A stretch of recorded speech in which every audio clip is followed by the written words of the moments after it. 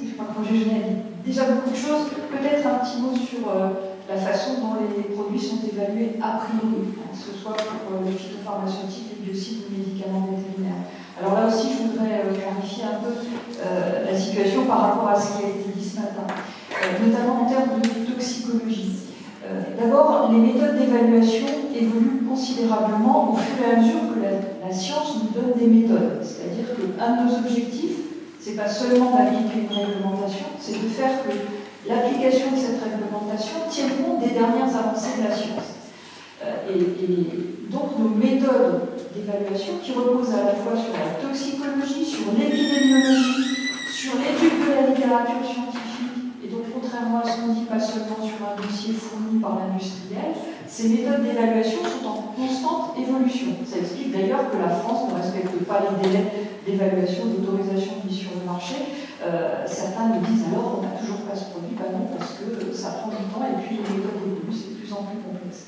Ça explique aussi que le nombre de substances actives, comme le disait Roger Genet, disponibles, va diminuer considérablement. On a vu une courbe ce matin entre les années 60 et les années 2000, je ne sais plus, c'est Pierre Le Bailly, je crois, qui présentait ça. C'était comme ça. Vous faites 2008, 2017, on en est là. C'est grâce à ça. Alors, c'est grâce à l'évolution de la réglementation et des exigences et au fait que les évaluations, le niveau d'exigence est globalement de plus en plus stringent.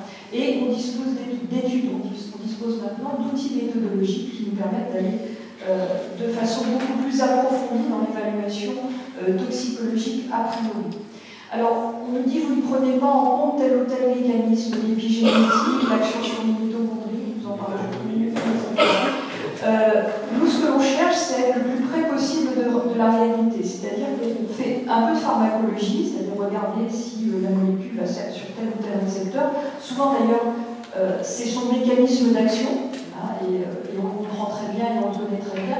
Ce qui nous intéresse, c'est l'effet sur l'organisme vivant et sur le mammifère. Alors ça, on va le regarder quelquefois in vitro, c'est-à-dire qu'on fait de la génotoxicité, on exige des études de génotoxicité, de mutagénicité, etc. Et puis surtout, on exige, c'est malheureux pour certains, mais c'est comme ça, c'est pour protéger la santé, on exige des études chez le mammifère, chez le rat le plus souvent. Et donc, on va avoir des études de rat avec une vie très courte, ce qui nous permet de modéliser l'effet sur une vie entière. En fait, on sait que la vie d'un rat sur 2 ou 3 ans, alors on a eu un débat avec une de nos membres de notre conseil d'administration sur la vie du rat. Enfin, la vie du rat est très courte et ça permet de modéliser une vie humaine. Quelle race vous utilisez? Vous utilisez des rats particulièrement susceptibles à la substance exposée? Alors, ça, je ne vais pas rentrer dans la technique parce que ça prendrait un certain temps. Ça reproche qu'on les faire la glace à la GIEX et à la mise sur les rats, voilà.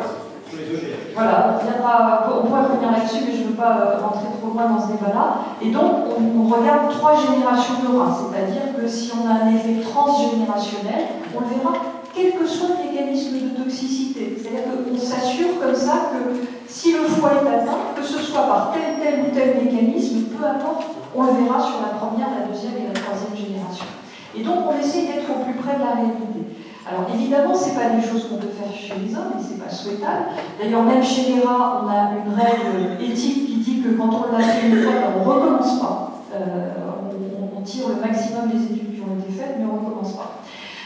Donc, on progresse continuellement dans la finesse de l'évaluation a priori, et on prend de plus en plus en compte, on prend en compte les connaissances au fur et à mesure qu'elles arrivent. Et on les prend même de façon assez précoce, c'est un peu ce que nous reproche parfois l'Europe, puisque nous, en France, il nous est arrivé de sortir des produits du marché un peu avant que la réglementation européenne nous permette, parce qu'on avait la conviction, ça a été le cas pour le diméthoate, pour le chlorpyrifos, pour la microle, et ça a fait pleurer un certain nombre d'agriculteurs parce qu'ils étaient dépourvus de solutions.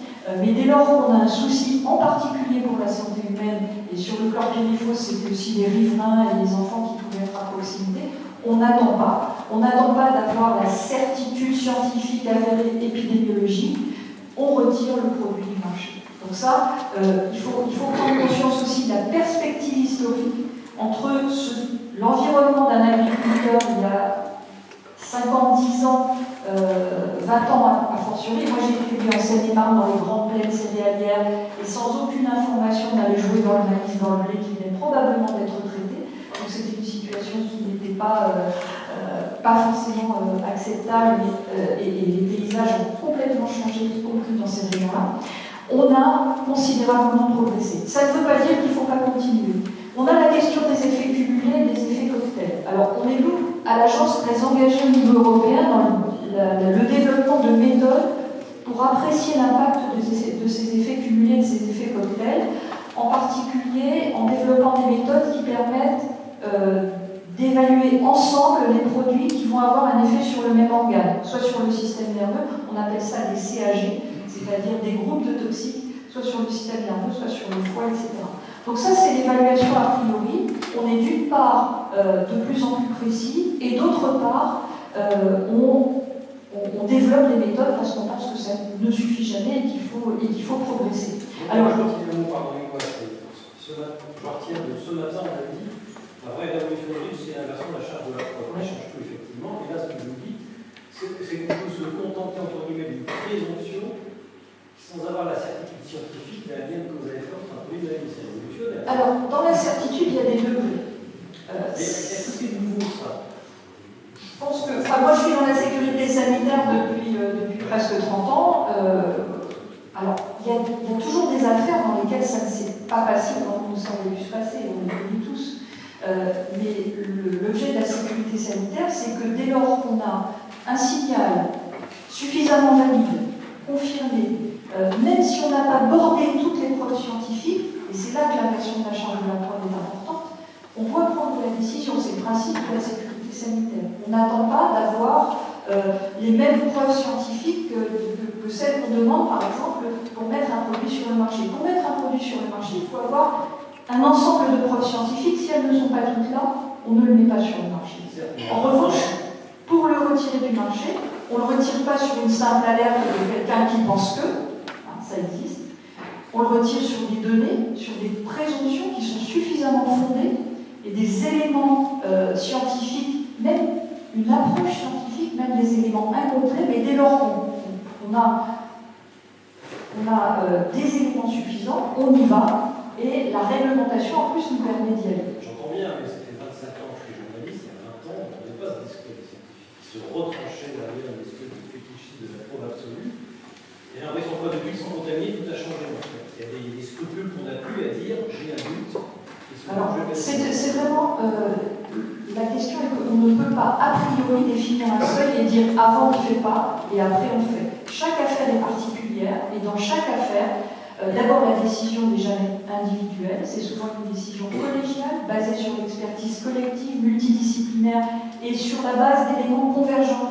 Je tiens beaucoup à la notion d'éléments convergents, c'est-à-dire que quand on a une seule étude sur un seul aspect, il est très très difficile d'en tirer des conclusions. En revanche, quand vous avez des éléments, même incomplets, mais convergents, venant d'angles différents, de types d'études ou de disciplines différentes, ça a un poids de la preuve qui est beaucoup plus important. Par exemple, si vous avez à la fois un mécanisme de toxicité, des éléments épidémiologiques, même imparfaits, et qui vont avec un mécanisme de toxicité, et qui vont avec des observations sur le terrain, qui vont vous dire oui, il se passe quelque chose, vous n'avez pas besoin d'avoir la grande étude épidémiologique qui va confirmer avec des odds ratios, etc. Et il faut bien comprendre que tout ça ne se met pas en équation, mais que c'est une affaire de convergence de données, de réflexion et de travaux qui vont à un moment vous dire là, attention, on a suffisamment d'éléments pour prendre la décision. Et je dirais c'est le cauchemar de tous les directeurs d'agence. Je pense que moi j'ai été directrice d'une agence, moi j'ai été directeur d'agence. Notre vie quotidienne, c'est de nous dire prenons la décision au moment où il faut la prendre et soyons vigilants, attentifs au moment, vraiment développons toute la vigilance nécessaire pour prendre la bonne décision au bon moment. Sans panique, pas de décision irrationnelle, parce qu'il y a beaucoup de gens qui ont beaucoup d'idées sur un tas de choses. On ne prend pas de décision uniquement sur la base d'idées ou d'une analyse personnelle d'une personne ou d'un expert, mais il faut prendre la bonne décision au bon moment. Et c'est la raison pour laquelle le mode d'organisation de l'ANSES est plus adapté, c'est l'expertise collective qu'on peut mobiliser quelquefois en urgence, et la prise de décision se fait sur cette base. Alors, vous avez évoqué, pardon. Juste un point pour compléter, c'est en ce sens que La situation actuelle est absolument incomparable, et souvent j'entends la comparaison avec l'amiante est absolument incomparable. On n'attend pas aujourd'hui, d'abord, la situation de l'amiante dans les années 30, on savait déjà en fait, qu'il y avait un impact sur la santé humaine. La question aujourd'hui, il faut juger en fait les choses à degré de connaissance constante. Bien entendu, si aujourd'hui, en fait, on avait à traiter la question de l'amiante, vous imaginez, en fait, avec ce que l'on sait en termes de preuves expérimentales sur la toxicité de l'amiante, on n'interrogerait même pas l'ANSES. On interroge l'ANSES quand les questions ont un degré d'incertitude extrêmement fort. Et on est en plein dans le principe de précaution.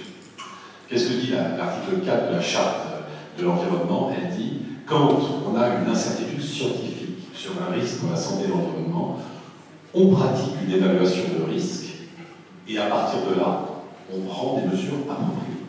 Et c'est exactement ce que font aujourd'hui les agences sanitaires, ce sont des évaluations de risque qui nous permettent de charger, de graduer le poids de preuve sur chaque argument scientifique à partir de la littérature scientifique exhaustive, et à partir de là, de dégager un faisceau d'arguments qui nous font une présomption, qui font basculer le niveau de risque, et à ce moment-là, de prendre des décisions graduées d'autorisation restreinte. C'est-à-dire que quand on nous demande une autorisation de mise sur le marché, on regarde usage par usage, et bien entendu, même si on délivre une AMM, il y a peut-être beaucoup d'usages qui ne seront pas autorisés par rapport à ce que demandait le pétitionnaire, voire, évidemment, si on a aujourd'hui le moindre argument qui nous faut craindre, et je ne dis pas démontrer un effet chez l'homme, craindre un effet chez l'homme, on retire. C'était le cas avec l'orglyphose. On parlait ce matin des glyphosates et des coformulants. On a retiré en juillet 2016 126 AMM de glyphosate, non pas parce que la substance active glyphosate est particulièrement préoccupante, mais parce que la coformulation avec la talobamine induisait des irritations qui étaient préoccupantes, et nous avons pris la décision de retirer ces formulations avant même d'ailleurs que le règlement européen. Donc on est en veille absolument quotidienne sur les éléments scientifiques qui amènent, et bien entendu, et c'est là la question, que ce soit sur les produits réglementés, que ce soit dans le champ des évaluations de risque que nous conduisons dans tous nos domaines, santé, environnement, santé au travail, nous produisons à peu près 250 avis d'évaluation de risque sur des grandes questions de sécurité sanitaire chaque année. La question des données est absolument essentielle. J'entendais ce matin, bien entendu, on se heurte extrêmement souvent à l'absence, au manque de données, à des données qui sont incomplètes, et il nous faut absolument encourager la recherche et la production de données pour pouvoir avoir une appréciation du risque qui soit plus proche. Alors ces données, je repasse la parole à Françoise, et surtout elles sont bien entendu sur la base des données a priori qu'on va, pour les produits réglementés, les industriels vont évidemment déposer un dossier avec une charte de qualité extrêmement précise. Bien entendu, on fait une exégèse de la littérature scientifique internationale pour compléter ces données avec celles qui sont publiquement disponibles. Et puis, on a toutes les données qui viennent des réseaux de surveillance et de vigilance, puisque l'ANSES a et coordonne à la fois tout un réseau de pharmacovigilance sur le médicament vétérinaire. On va aller voir éventuellement les effets indésirables sur les animaux, l'homme et l'environnement de l'usage de ces produits. Il coordonne la nutri-vigilance, donc une vigilance sur les produits de consommation alimentaire. On coordonne les centres antipoison et de toxicovigilance, donc qui remontent les signaux à l'agence, qui peuvent parfois, parmi ces signaux, on peut détecter des signaux faibles. On coordonne le réseau national de veille et de vigilance sur les pathologies professionnelles à partir des consultations en fait, des centres de maladie professionnelle, et puis la phytopharmacovigilance que nous avons mis en place suite à la loi d'orientation agricole de 2013, avec tout un réseau sur le terrain qui nous permet de signaler, d'abord qui rend obligatoire les signalements pour tous les producteurs de produits phyto, mais également qui est ouvert à tous les agriculteurs et les usagers pour faire remonter des signaux d'impact inattendu sur l'homme, les organismes cibles et l'environnement de l'usage des produits phyto. Et à partir de cette collection de données que l'on croise avec des outils statistiques, on peut faire émerger des signaux faibles qui, de façon très précoce, nous permettent en fait de tirer un signal et de revoir, par exemple, une autorisation de mise sur le marché qui aurait été donnée, qui pourrait amener le retrait de ce code. Madame Weber, pour finir, la parole à Oui, juste, là, je pense que Roger a tout dit sur la phytopharmacovigilance.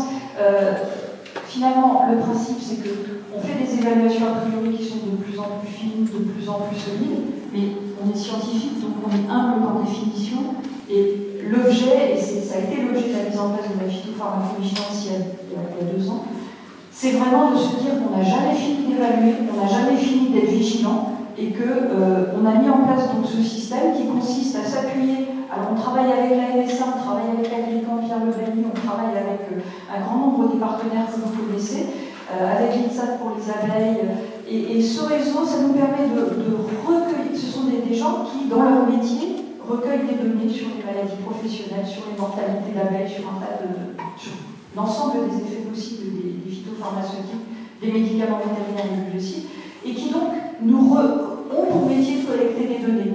Et on s'est mis en réseau avec eux pour profiter de ces données, pour les ramener, les rassembler, comme le disait Roger Joly chez nous, et donc on ramène des millions de données chaque année, et on commence à faire ce qu'on appelle la fouille de données, pour voir si on fait émerger des signaux. Donc ça, c'est un des aspects. Le deuxième aspect, c'est qu'on a, grâce à la taxe versée par les fabricants, par les metteurs en marché, on a une taxe qui nous permet de faire des études pour répondre à des questions de phytopharmacovigilance. Quand on a un doute, une hypothèse sur un effet indésirable, on peut aller mettre en place une étude spécifique pour le vérifier ou pas, et on peut le faire dans des délais assez rapides.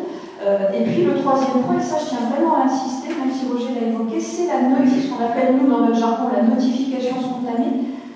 Les professionnels de santé, les professionnels de l'agriculture, que ce soit les exploitants ou l'ensemble des conseillers, des distributeurs, les professionnels ont l'obligation de déclarer les événements indésirables, même ceux qui commercialisent des pesticides. Mais même ceux qui ne sont pas des professionnels avec cette obligation, les professionnels de santé notamment, peuvent les déclarer. Tout est disponible sur le site de l'ANSES. Si vous avez une présomption en disant « je pense que telle pathologie, ce qui m'arrive, ce qui arrive à ma famille peut être lié à l'usage des pesticides », si vous pensez qu'une mortalité d'abeilles, qu'une chute d'oiseaux sauvages, etc., peut être liée à un usage particulier de pesticides et que vous avez fait le lien entre les deux, il faut le déclarer. Alors, ce n'est pas forcément l'ANSES qui va expertiser ça, donc ce sont nos partenaires, soit les centres de toxicovigilance pour la santé humaine, soit l'ONCFS pour les mortalités d'animaux sauvages, etc. Mais on a tout un dispositif qui nous permet de rassembler, de faire venir à nous les données et les signaux importants. Et donc voilà, le point important, c'est qu'on n'a jamais fini d'évaluer, et tous les jours, en quelque sorte, on peut remettre